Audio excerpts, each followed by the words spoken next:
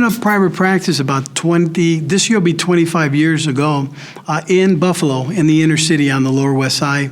And presently I have locations on the Lower West Side and on the East Side, predominantly a large Latino and African American population, servicing about 15,000 lives. What we want to tell people is, listen, I went through this process. I was the first vaccinated before I had my team vaccinated, and I've had my 2 shots. Because my wife works in my office, my daughters are medical students, 1st and 2nd year. In addition to that, they're exposed because they work at the office and they're in the front line of exposure. They've all been vaccinated. And what I tell you is I wouldn't vaccinate the people I love. I would have done my homework quite well. I've been in this area for 30 years practicing medicine, and I would never do anything to hurt our communities.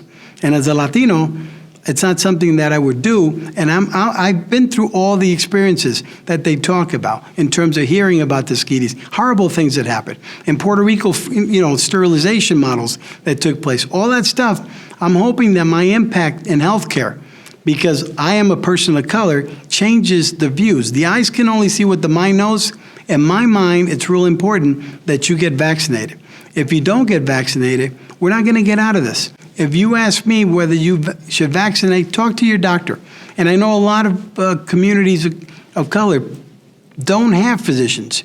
So I'm telling you that if you were my brother, my sister, not just the patient, it's the right thing to do. I went through it. I didn't change into Spider-Man. I didn't go through anything else. And now there's that sense of peace that I know that that I could see myself coming out of this. And I think it's real important that people begin to feel hope. Without hope, it's a problem. Vaccine will give you hope.